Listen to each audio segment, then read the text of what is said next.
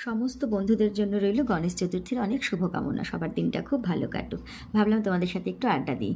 সঙ্গে আমার মেয়ে আজকে নিজের হাতে পুজো করেছে, সেটাও শেয়ার করা হবে। প্রথমেই বলি, খুব একটা নিয়ম নিষ্ঠা আমি জানি না, মেয়েকেও শিখিয়ে উঠতে পারিনি। এইটুকুই জানি, মনের ভক্তিটাই মেন। অ্যাকচুয়ালি আমার মাকেও কোনো দিন পুজো নিয়ে খুব একটা মাতামাতি করতে দেখিনি। বড় করে বাড়িতে লক্ষ্মী পুজো হয়, আর ভাইয়ের বউ আসার পর থেকে জন্মাষ্টমীর দিন লোকনাথ বাবার পুজো শুরু হয়েছে। আমার ভাইয়ের বউ লোকনাথ বাবার ভীষণ ভক্ত। দেখতেই পেলে তোমরা, আমার মেয়ে সমস্ত পুজোটা নিজের হাতে সাজিয়ে গুছিয়ে করেছে।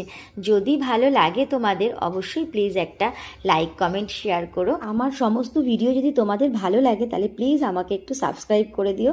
সবাই ভালো থেকো, সুস্থ থেকো। পরে আবার আসবো জমিয়ে আড্ডা দিতে। এখনকার মতো টাটা। সমস্ত বন্ধুদের জন্য রইল গণেশ চতুর্থীর অনেক শুভকামনা। সবার দিনটা খুব ভালো কাটুক। ভাবলাম তোমাদের সাথে একটু আড্ডা দিই। সঙ্গে আমার মেয়ে আজকে নিজের হাতে পুজো করেছে, সেটাও শেয়ার করা হবে। প্রথমেই বলি, খুব একটা নিয়ম নিষ্ঠা আমি জানি না, মেয়েকেও শিখিয়ে উঠতে পারিনি। এইটুকুই জানি, মনের ভক্তিটাই মেন। অ্যাকচুয়ালি আমার মাকেও কোনো দিন পুজো নিয়ে খুব একটা মাতামাতি করতে দেখিনি।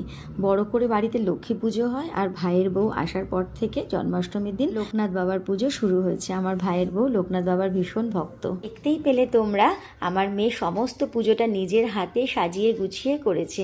যদি ভালো লাগে তোমাদের, অবশ্যই প্লিজ একটা লাইক কমেন্ট শেয়ার করো। আমার সমস্ত ভিডিও যদি তোমাদের ভালো লাগে, তাহলে প্লিজ আমাকে একটু সাবস্ক্রাইব করে দিও। সবাই ভালো থেকো, সুস্থ থেকো। পরে আবার আসবো জমিয়ে আড্ডা দিতে। এখনকার মতো টাটা।